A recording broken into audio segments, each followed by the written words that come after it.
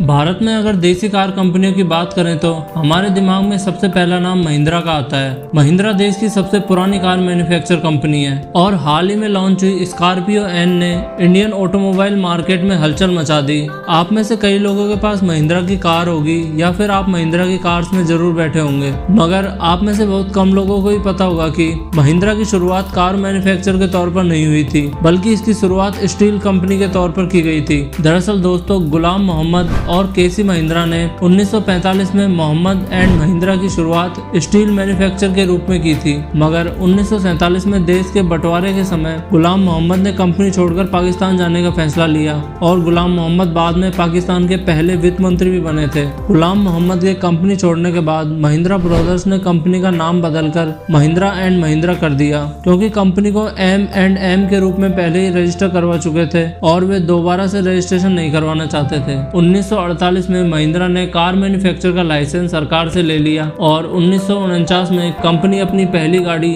जो कि एक जीप थी, CJ3A जीप लेकर आई। यह देश की पहली 4 व्हील ड्राइव गाड़ी थी। इसके बाद 1961 में महिंद्रा ने अमेरिका की इंटरनेशनल हार्वेस्टर के सहयोग से इंडिया में ट्रैक्टर का प्रोडक्शन शुरू किया और अगले 20 सालों में ही महिंद्रा दुनिया की सबसे बड़ी ट्रैक्टर निर्माता कंपनी बन गई और आज भी महिंद्रा से ट्रैक्टर मैन्युफैक्चर में वर्ल्ड में कोई भी आगे नहीं निकल पाया है। और आगे चलकर साल 1990 के आखिर में महिंद्रा ने इंडिया के लोगों को मॉडर्न SUV कार से इंट्रोड्यूस करवाया। उस समय तक इंडिया में ऑटोमोबाइल मार्केट में मारुति और हुंडई की कार हुआ करती थी, मगर महिंद्रा ने तब सबसे पहले अपनी SUV अमार्दा को लॉन्च किया, जो कि काफी पॉपुलर हुई थी। मगर महिंद्रा को SUV में बड़ी सक्सेस तब मिली जब उन्होंने साल 2000 में बोलेरो को लॉन्च किया, जो कि उस समय इंडिया में बड़ी गाड़ी खरीदने वालों की पहली पसंद बन गई थी। बोलेरो की ग्रैंड सक्सेस के बाद महिंद्रा इंटरनेशनल मार्केट में आना चाहती थी और इसको ध्यान में रखते ही महिंद्रा ने इसकी तैयारी पहले से ही कर ली थी। उन्होंने नवंबर 1999 में नासिक में 600 करोड़ रुपए लगाकर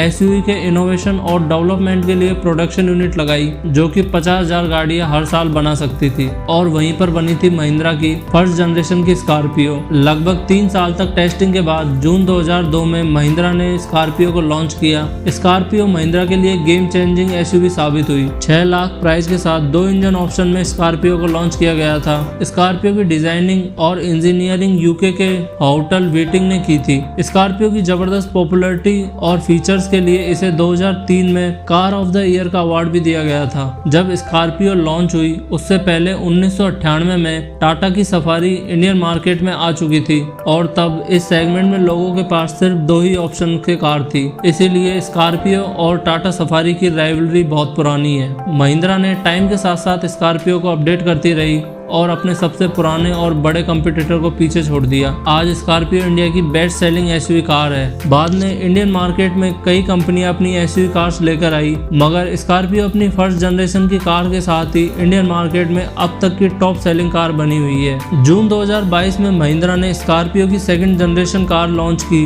जो कि 11 से 19 लाख की प्राइस के साथ आती है। इसे महिंद्रा ने स्कॉर्पियो एन नाम से लॉन्च किया है और पहले की तरह ही स्कॉर्पियो एन में भी कई प्राइम फीचर दिए गए हैं, जो कि इसे और कंपनियों की SUV कार से अलग बनाते हैं। अब दोस्तों देखना यह है कि सेकंड जनरेशन की स्कॉर्पियो एन अपनी पहले की लेगेसी को बनाए रख पाएगी या नहीं। दोस्तों, आपको स्कॉर्पियो एन कैसी लगी कमेंट बॉक्स में जरूर बताएं और ऐसी वीडियोस के लिए चैनल को सब्सक्राइब कर लें।